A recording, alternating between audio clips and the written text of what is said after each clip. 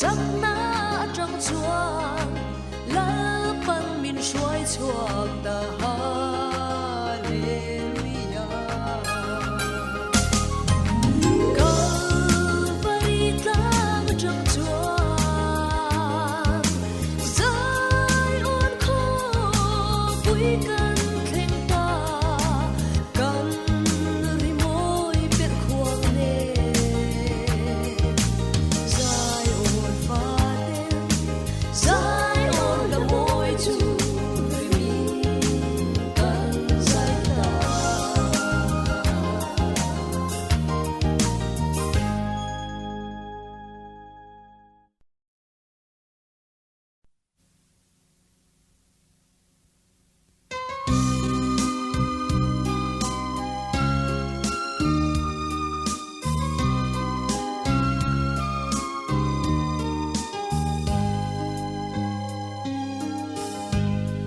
qua cả vấn chế thiên lùng thar min xia mắm chế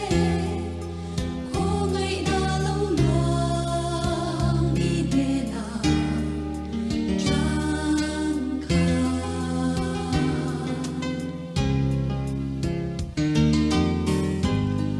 qua cả vấn chế các giặc lâu na rong rong tế hi in lạc sắc tôn cái xia in bằng ai rô quay chúa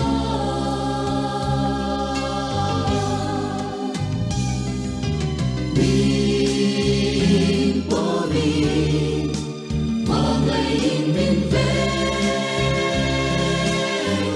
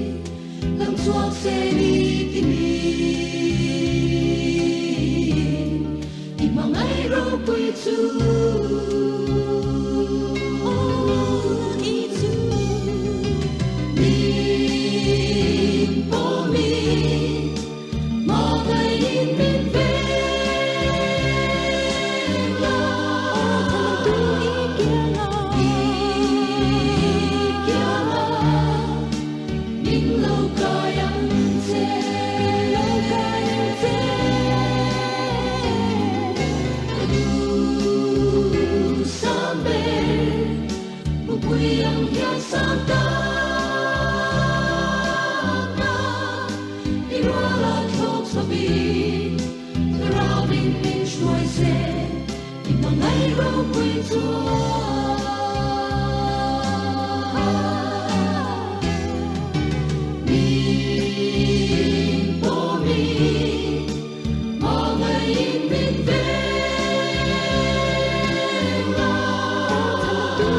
kênh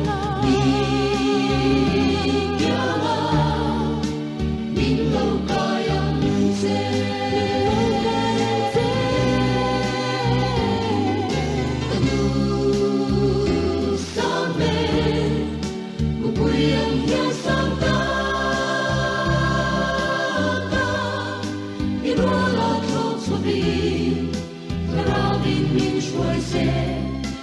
Mì Gõ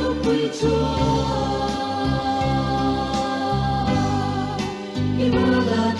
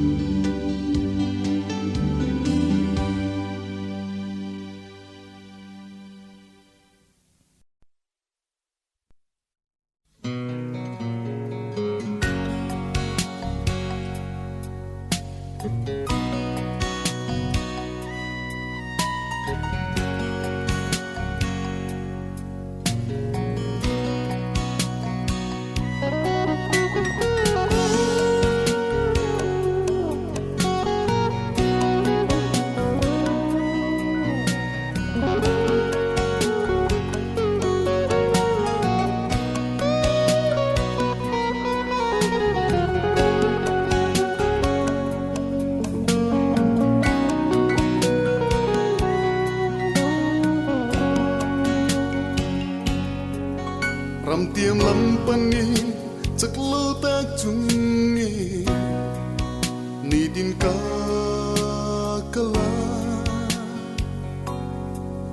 ma se olal pa chi buai tu an tam e ka kal thiam lo se taman ni din min be nang ma kal bo som se chak lung der lai po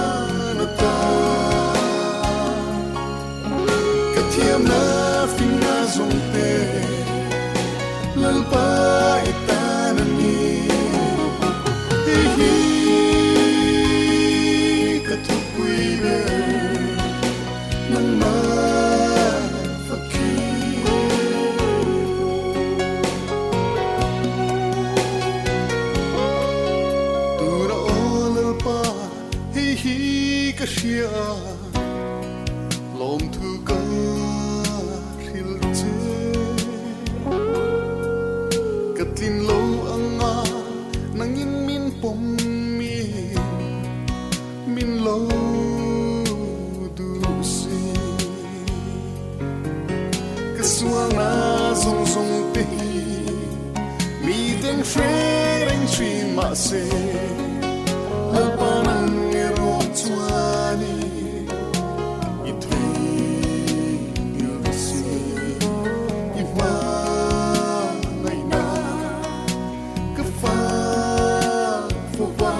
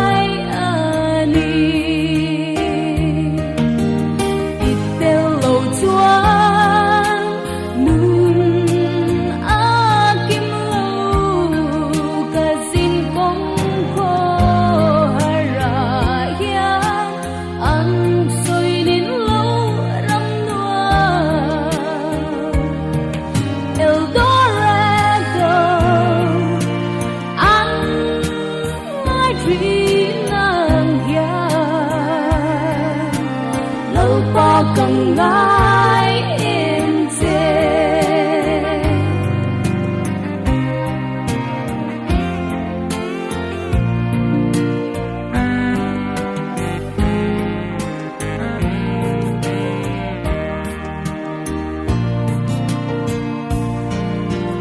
mà ngày tu đông lâu nun có hai em xóa lệ rét thấy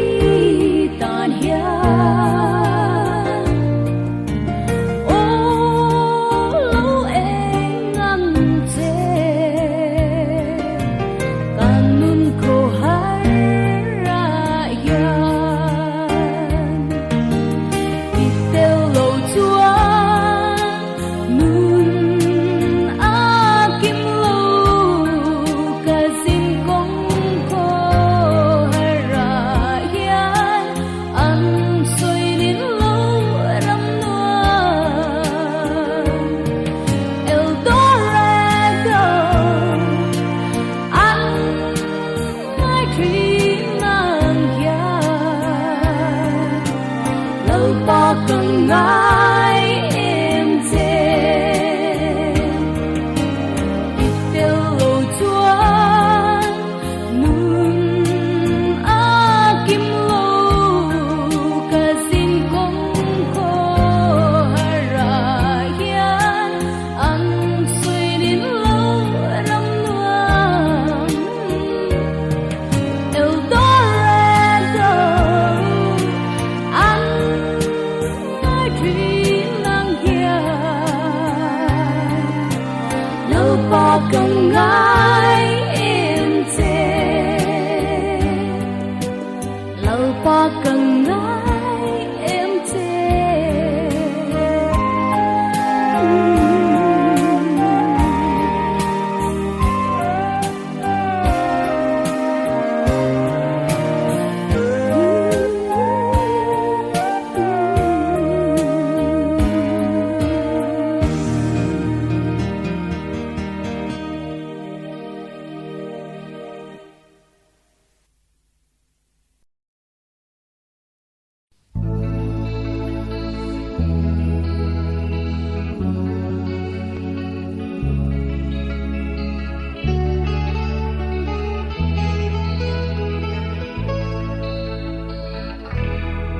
Lấy lệ vang thiêu dòng tiếng cái lớp ba cross chúa chút tạ chúa nên cái lớp ba chữ cái ai bị vơi chăn tâm tư để ngã kinh về anh nói để quang mong ngày đã in trôi mơ yang cho tuan răng cơ thiên thiên cái in khó về khen bên na có về linh min khen cái ta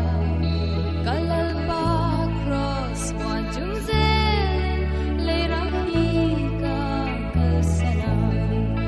chan nam tư mẹ na cái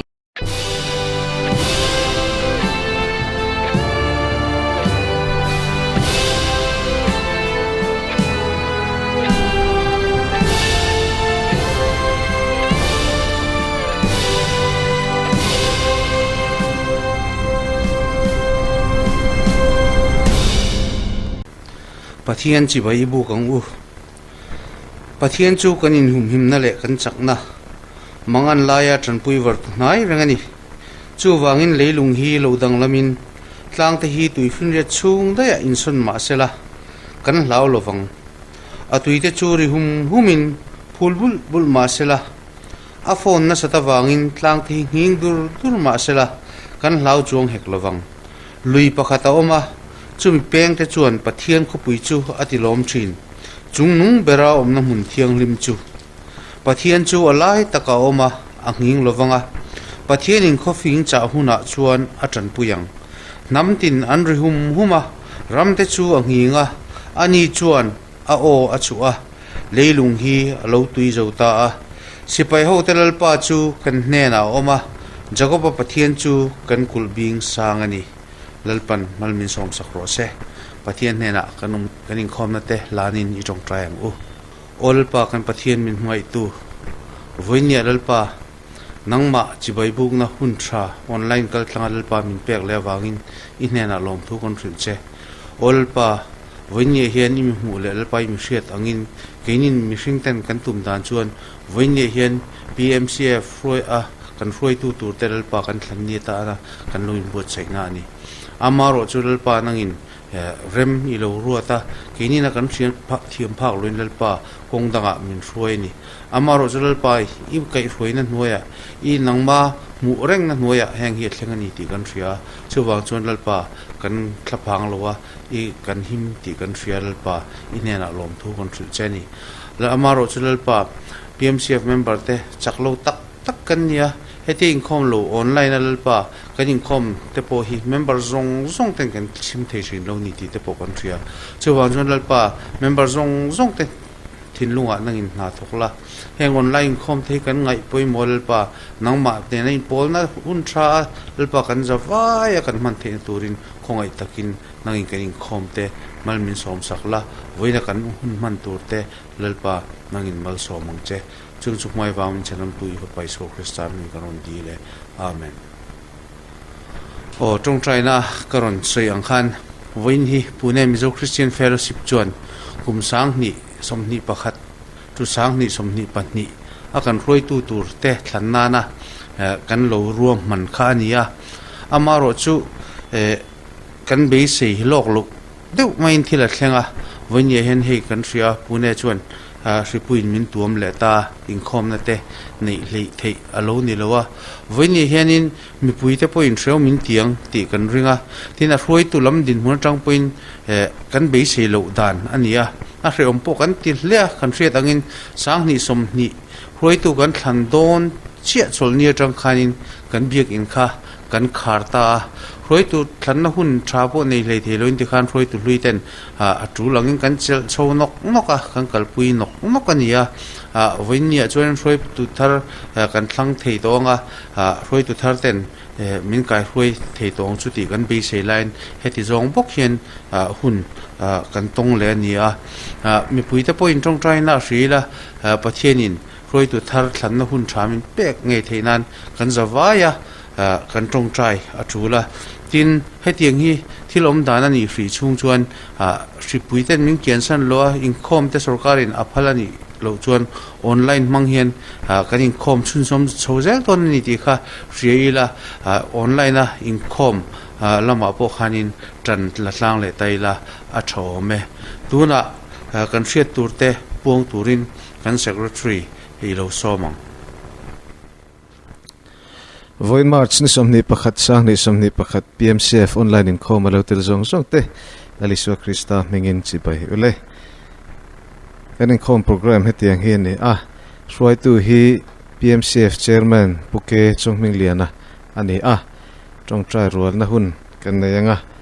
voinia pathian thu cha min thil tu tur hi Reverend PC lalro puya connect official committee member ani ang kan roi tuin aron puan tong khan voin hi kan tum dan chuan general meeting kan nei ni tur roi tu thar kan thlan ni tur khan ni amaro chu Maharashtra sarkarin thu chwa thar aron siama chuwang chuan kan tum masak dan kha alorem chang ta chi alova online lama ti hian kanin khom ta zo kan ni mi puite hriat thiam na kan nge na choni le lam program ta po hi tu na mai chuan kan la siam theiri lova chuwang chuan kan siam thei vele thu chiang jok om vele kanin hriat tir le donia choni masalam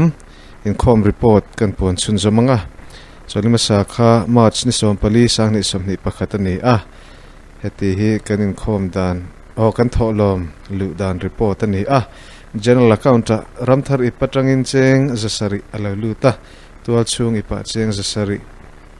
khom tholom atangin cheng sang khat alaluta camping ipa cheng sang khat bu fai trama cheng zani general account azvain cheng sang thum le zaruk alaluta building account hian biakin ipatangin cheng sang khat zanga alalut poka ti chuan cholima sa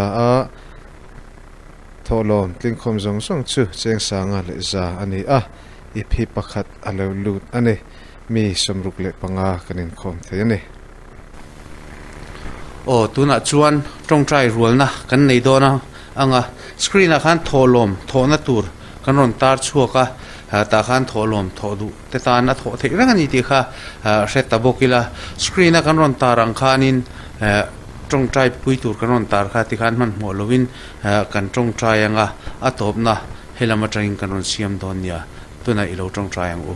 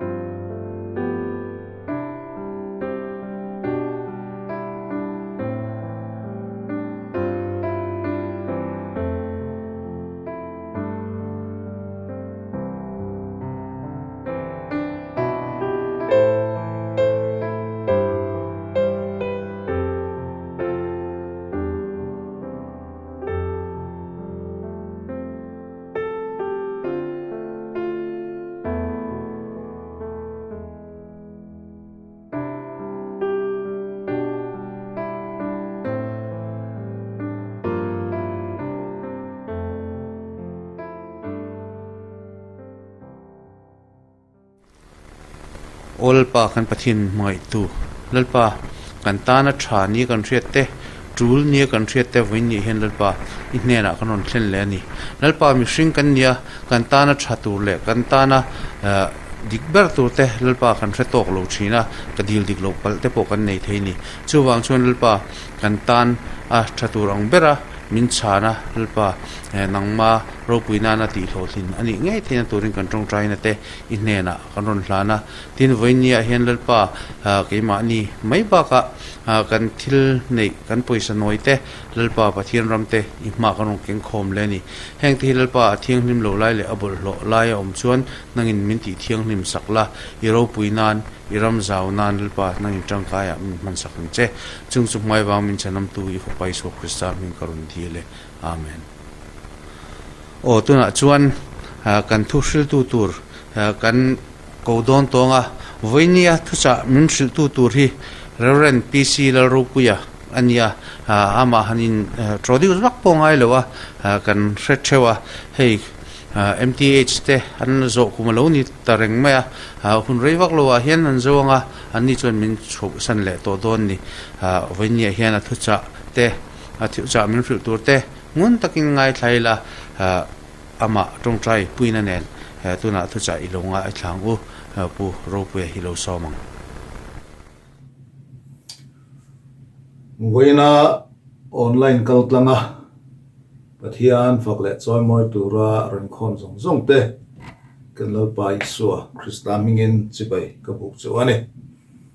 hei wen he kan ro mandan masa khachuan hruai tu tharin thlanna hunata na kan bot khan ni a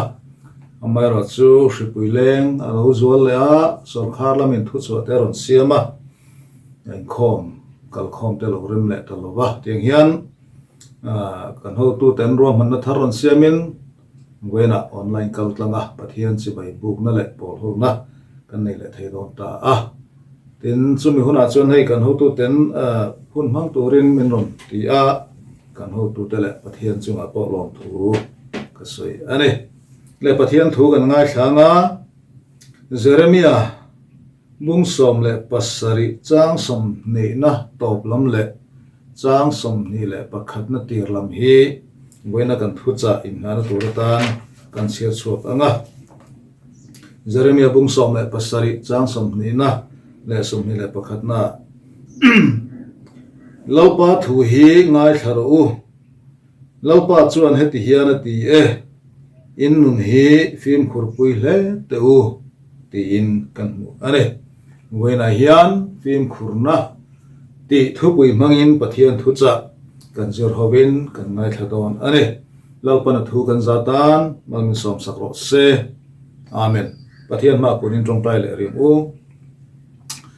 Laupa du ta kan pathian irem ruat te hi keinin kan thiam lova kanum dan turte kan du dan te kan malak dan turte kan ruam han ve thina ma se a hlotlin chui ko da omani ti voina atakin chiam takin kan mule ta a e voina hian thipui leng awangin ko ran ho teng khom theilo maila khovel thiam na le fin na ipek mangin voina hian online kaltanga nang ma chi bai pu ho theina min siam sakhi kan lo mai hnen alom thu kan soye voini thu kan ngai tha turte nangin mal min som sakla ke chial hoting lo takpo I thu te ni nang taka pong suak thei turin tharau thiang himin min zirtirla min hruaila min om puyam che kan lalpa du tak Isu Krista mingin kan dile amen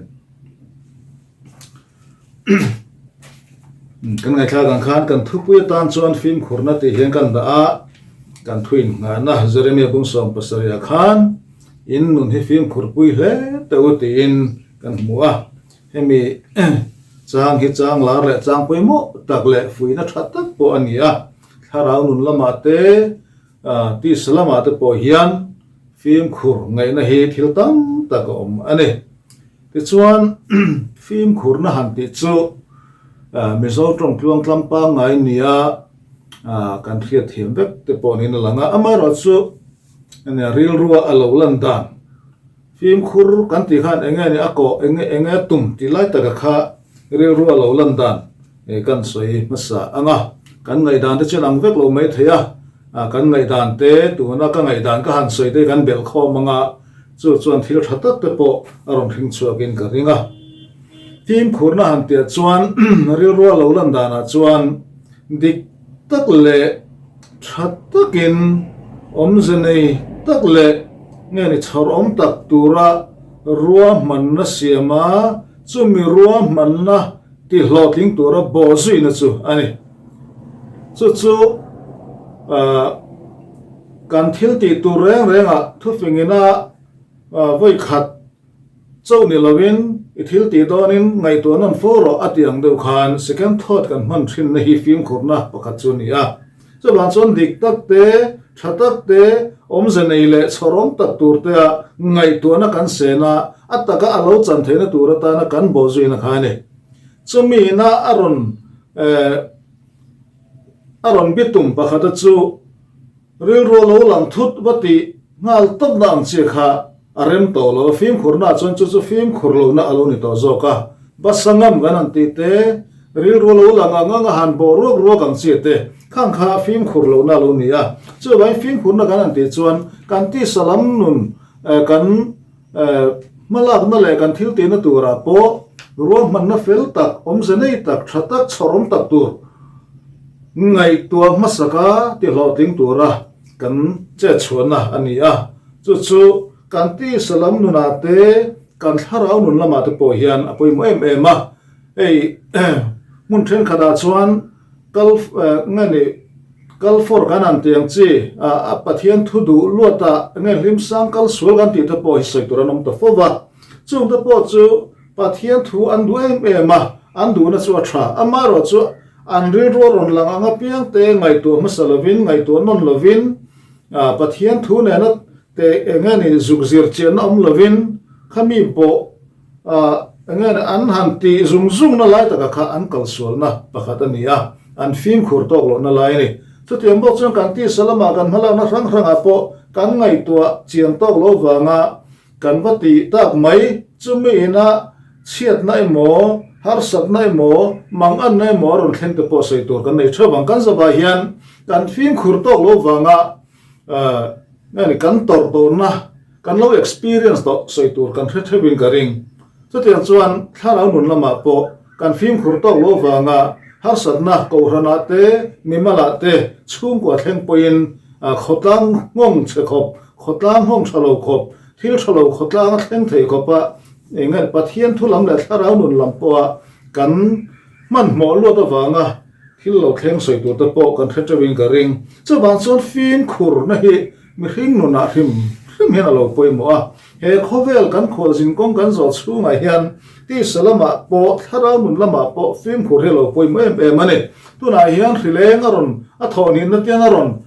thleng le mega ni an tia ei ni min te ani min pia mai ate chuan kai helai kan Maharashtra state a positive kai thar te chu ni dang zongai tamber tu mani te han ti ta hial maya chu bang chuan ara thak em mani kha em wanga thling nge kan ti chuan mo putur tam takom thayang phim khur tok lo wang ti kha a chana pakhat chu ani thayome chu tiang chuan ke ni po hi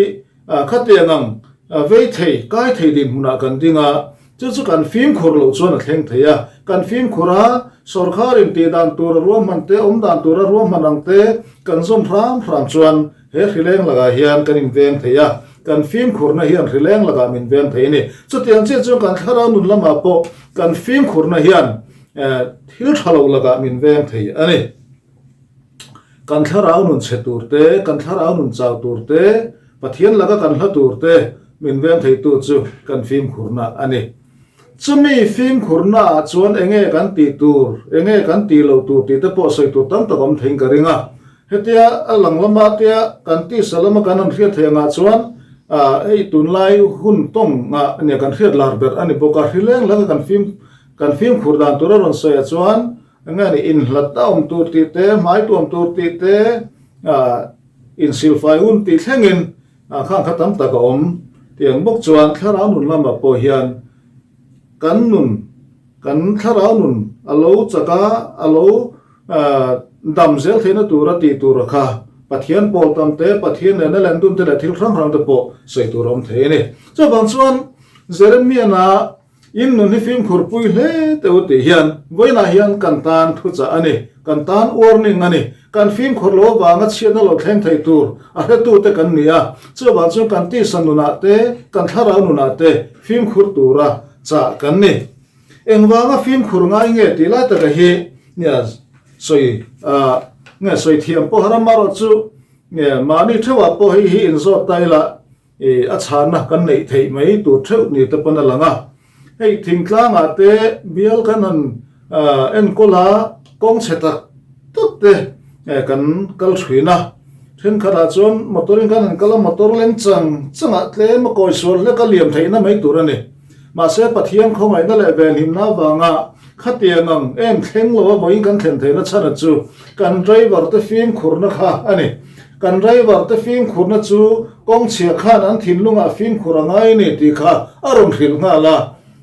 a rin ron sei lo ma se an thinlunga chiang nga la kong mam thapui zau taka kong en manglo ba an tlan pur the ang khan helai kong chetak motor leng changa chun a theilo ni phim khurangai ni dai sora lo ma wangin ti kha an ril ru a chiang nga la ni to tiang chuan kong chia kong bum bowa kan kal chuan chiat le accident a lo ma wangin kan phim khur thrin to tiang bok chuan kan tun lai khovel harau khovel a po hian phim khurna tam tak kan ngani kan ti tur omani kan soyang khan rileng laga kan him thena ta turata na kan phim khurna turte kan khisel na alo thajel thena turata na kan ti tur le kan ti lo tur phim khur taka kan than na konga te tiang chon oma tharau nun konga po chu tiang bok chon kan phim khurna tur om ani thil tam tak soi tur omanga thil kan phim khurna tan turata na thil poi mo em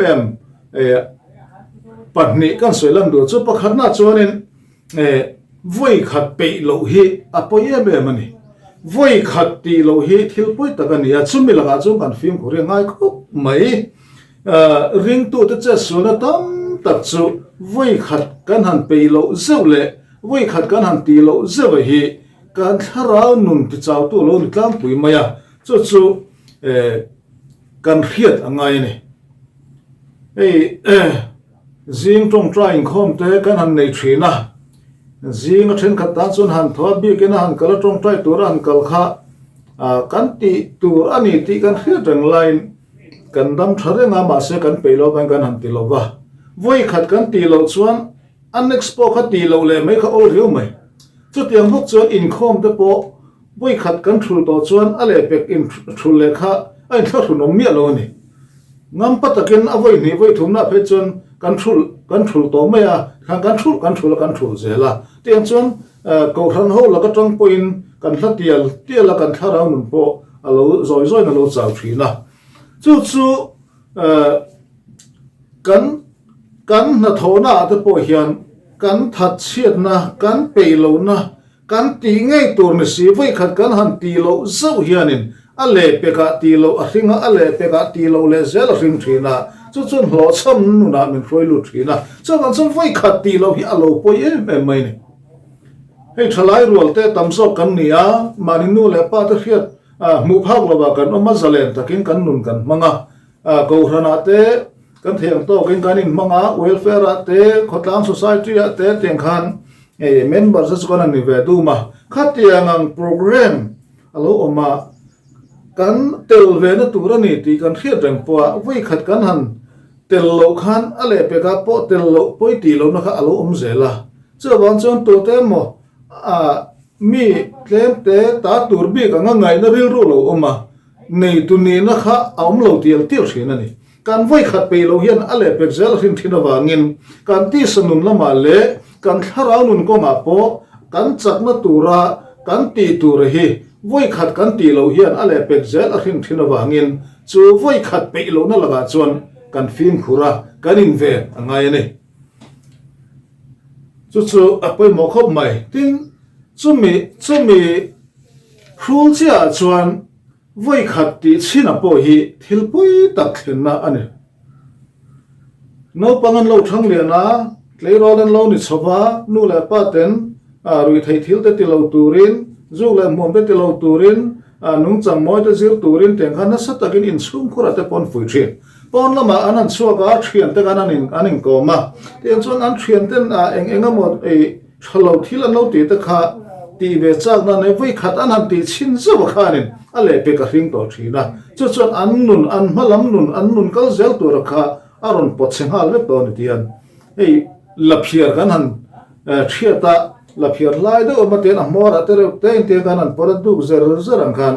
kha voi khat ti chin na kha helai laphiar mor kan po chu am do kha nia kan an po jalap ti khan helai ala phiar thazong aron ral tiala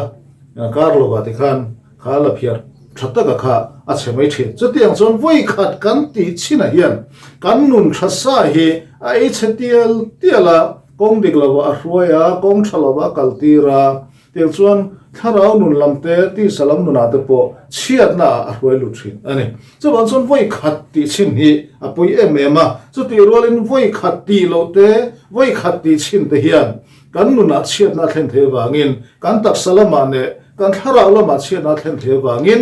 heng laga hing kan film kurangai ni in nun hi film kur pui le ro in ti tur in mo phurna in ti tur ang da chu pathian ro puina na tia chumi atanga nangmani nun ngei po alo dama alo chathena tura mala ka hi in ti tura ni ti na tluk ani in nun hi film kur pui le to ate hi voi khat ti lo le voi khat ti chin hian chiatana sata a thlen the wangin chu tiang laga chuan kan film kurangai ni tin hey sapel thin te kan nia ngani ke mani mizo society anga te chuan tun ma kan in ti theina chu saka tam ni te nga ya khan te khania min sa aka don chon sapel thin chon film khur takin akal thin a sapel le ama in kara khan ngani in hriat ton na umbe chuanin a hlo sam thin ama in a hrechenga nga a sapel ro chon aron hre tur ani lo sumi tur chon thei topin abiru theiang berin a thong dim theiang berin kha pasal tha khan sa cho pel da thina sapel tuin aron khati avela ya asapelina aron muwe chon atlan singhal ni mai so tiang da chun kan khovel nu na hian ke ni ring tu te hi ring tu kan ni na zo na tangin tiang hin soita ila ral hlom tak dovin kan oma kan tharau nu ni in do na fila kan omani kan ti thina kan ni tin zan tin nu na hian sapel ang hian kan melma kan hne tur hi kan pel thina ni chu kan film khur tok lo chuan keimani zo khi kan sapel hian min bo pe the ni ti hi kan thriat anga ya heta sakhi kan va pelang tak tak thil kha chu ani lo na chungin idea ro chu sapelang kan nia kan sapel kha min hne tu tur no kan sapel kha kan hne tu kan tha tur zo ka ni amaro chu kan kharau nu na hrim te he kan khovel nu na te po hian sapel tu nga kain da khan keimani zo khi kan sapel te na min ron bo be chang om fo thina ni chu thalai kan nia nia khovel num na khovel moi na te po kan mitina muwa kan bengin shria kan chaga kan thalel le thin chu tak mai chu kan nun kan in ve na tur le kan film khur na tur fo hi ania chu tengang social evils kan ti te kan ti sa le tharau nun ti chathai tur thil tam tak te chu kan hne tur tan le kan ra be tur tan kan va pel te nia chu mi chu kan film khur tok lo chuan chung zok chuan min ron bo be the ani ti a chen em ani hei tur lai kan Myanmar lam u nau te har sana tam taka thenga ngani civil war a thenga ni to bera chu tiang kara chuan film khur taka an chet tlan ngai ni inve ton an ni to wangin tiang khan tong trai pui ta pon ngai em an film khur lo chuan ngai film khur lo zo ka kha chu a chan che zo ka an tong mei don ani chu tiang chuan kan ti salam nu na te kan thara nun lama te po hian mel mane na in beireng in vereng kan ni ral ka ring kan nia kan film khorangai Timothy le ka thona khan sipai tu ma tun dam in do line tun dam chung ko sana te hin an tin lok ngai lo atia chu tiang chon khovel ngani ring tu in ti sia khovel thil kan in ti nok che hian kan mel ma kan sapel zo hian min ron bo pet ani kan film khorangai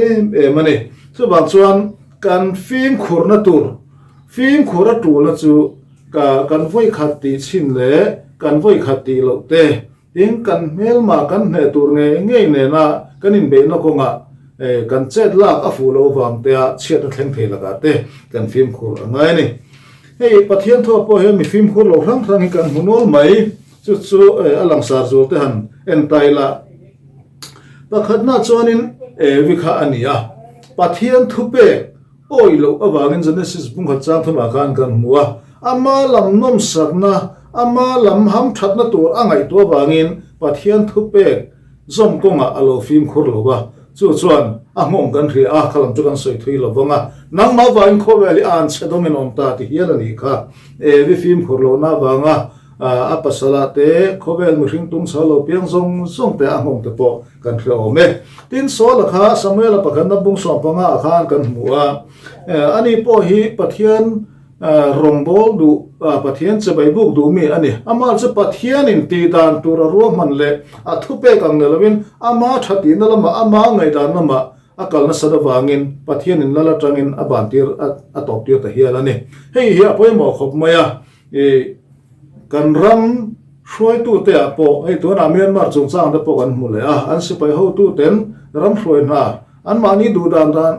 ken ko an tum na wanga thil thleng ani chu tian chuan po langa kan kal ho na po shroi tu kan ne na te kan ngai dan te kan du dan te chung zong te po chu ke mani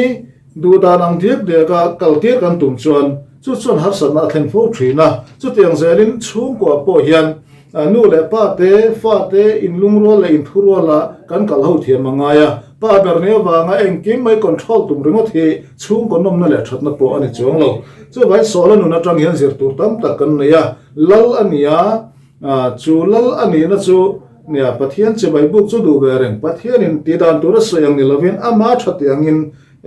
pathian che bai buk atuma chu chuan anuna chiat na aron thlem ta ani tin genesis bung som le pahnia kha kan mualo da no pui kha khatia pathian in sodom le gomora aron thlema an tan suana khan zo ar lam panan kalna khan amunin thlen ma chon hoi kir su atiang kha lo da no pui hian an nge ni ain sum zo talova an hoi kira chi khon dinga atang ta a hruai chua lom to nu po nge ni an hoi kir le rama hoi kir su chumi in thlen ma chuan hoi kir su ti lai khan lota nu pui zong in sum thei lo ni wena hin kan in sum thei lo na te nge ni khovel lam thil kan tlan sam to la ma te kan han le hoi le hian chu chuan kan nu ni man tlak lawa chi khon dinga lalpa ta na ton kai lova midang tan pon nok sak mai le ring siam maya min chan tir fu thin ane tin tir ko te thil te khan nu pa kan mo anani la safirite an ram thal na chung changa diglo taka an nge ni sral na sum soya khan ain thurwala ko pui tur thang fu lo tak anin ni na taka chuan a thalo zo ga in thurwal tura nu pa an han om me kha an film khur tok lova kha an mun na poina cha nge ni a tor phata chu tiang chuan ko pui thlan chung chang te po hian kan nun ti chak tu le kan nun choi ka tu ni lova kan nun ti chetu so lama min hroi tu te in thlan pal te poi thilom thei ni hang te po hian ya soi tur tam ta manga thalai kan yang te poin moina hian kan ko pui te ne na kan thu tlu ka ngani pathian du zong anga ro man kan siam thena tu ren chu tiang mi chu kan thlan thiang te po ngai ni tin mathai bung som ni la peruka khan judai sagreo ta kan huwa ani po sumten te wanga lali swa phatsan tu khani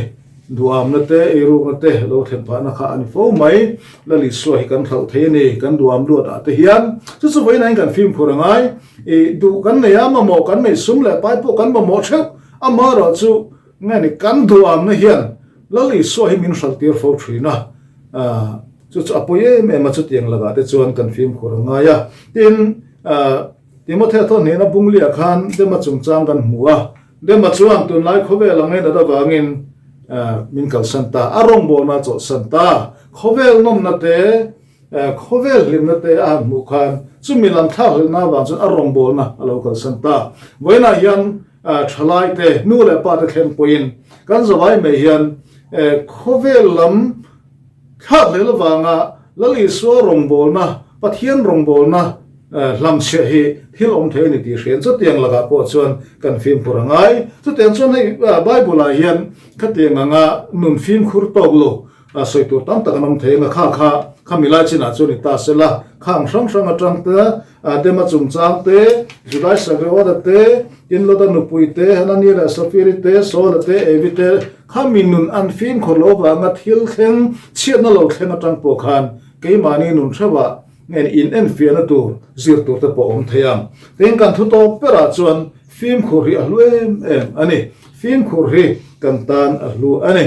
zopa nun khan en ta ila khati khop khan har satna atoka pan chena bom khat veka a in le lo aran rual achi alo zong te achana chu mai ni lovin a fa te ngei po achana khanin pathian ren ti na in se ta na khan a bei chu ni te me umaya zopanuna khanin pathian soi chelo tur le pathian hlat lo tura anun afim khurpui tlut na lai kha a next step athil lo thlenga kha en taila ma ami ai thale tam zok zel khan pathian in amal somena ron vur tlatani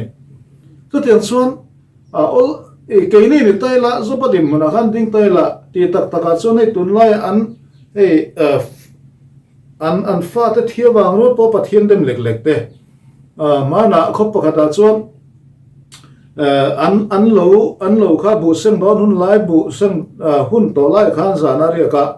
avenga zana mudona lalpa kan bu le balte min ben him sakam chetia chuan atu zingan tho chu amuthi lan zana sangalin alo sa ve de tho kha an lo e chebek maya ti chuan mau sa ta thing le ra sam them bera lona ka hol thadon che nga ka tong tai na min chan lo ti en tia fiam thu ma thil tak phei chu ka khelowa amar su chuan thil tam tak min ngai tu tira kan tumang kan be se nga thil lo thlen lo hian pathian mo pu na le pathian soi chen na lo ol same me mani zo pai ro chu tiang laka chuan pathian soi chelo tur te pathian hoi san lo tur te in achunga har san thlengkara film khur takin anuna kalpuya chuan mal som na tam tak aron thlen ani tin a soi tur tam tak omang marinu na te pol al pa thuang zeling ka chunga thleng ro se atin nun te hi aba film khur thiam te lu lem amanu na han ngai to taila an society din hunate pasal nei lawan naw lo han pai ta mai te chu mi te ngaya nge nei amol pho thla ka mingchia thla boka ino hlum mai te po du theina ni amai ro chu lalpa ti ani ti a hriat chena bangin I thuang zaling ka chunga thleng ro se ti ya pathian thu kal zong anung lo turin film khur takin homani chu chuan anuna thil tha aron thleng tin da bidan nun ta po boitam taka che so na le abo chena te bangin ai muchua ka film khur takin anun kal turin bo sa ya tiang khan film khur te mai bula po hian pathian ina amal som na vur zui te kan mu in saitu tam tak po om theo me le wena hian saitu tam tak omanga Jeremia kan mu nga in no ni film khur pui le to ti na hian kan voi khati lo wa nga chiat na lo thleng thei laga te kan voi khat ya wa nga chiat na lo thleng theya te tin kan mel ma te na ka in be na ko kan film khur lo wa nga achak lo zo ka kan tron theina laga film khur na te tin nge ni mani duam le mani duang zonga chet kan tumna tanga pathian ril ru kan tin na theina laga te kan film khur nga ya pathian thuanga kan nu na poimo ani nu la pa te hazar noi kan om phalowa kan zalena phaya phechon rui thei thilngot phechu du ina du tan chona lei thei reng khang kha wei khat kan ti chin hian na satakin kan malom nu na ti chete kan zir na ti chete kan ril ru thleng na ti chete tin ngani khotlanga kan status thleng po hian min ti hian vek thei ni chung la ka te chung kan film khuranga ya lalpa thuang zela kan nun kan film khura ti sa le thara nun lama chakna kan lo mu zel theina turin boina hian heng thleng laka kan him theina tura kan film khurang pok hian kan tharau nun chethei tur laka kan film khur angaya chu lalpa min du na ani in nun hi film khur pui hle to pathian thu anga kan nun kan film khur puya kan tharau nun alo chak chho zel theina tur le ti salama po tharau nun lama po mal somna kan bon zel theina tur tan pathian thu ang zelin kan nun hi I film khur puyang u lalpana thu kan zatan mal mi som sakro se amen o thu cha ro pui tak min thil tu ran pc la ro pui ne na lom thu kan soya tuna chuanin kanin khom te kan lo top don na yanga lalpan tong trai an min zirtir angin kan tong trai rualanga chumi zo chuan in khom kan thin to don ya I tong trai rualang kan pa vanami I ming za ro se iram lo thleng ro se idu zong vanan tiangin leyamin ti ro se ni tin kan ei khopin cho min peng che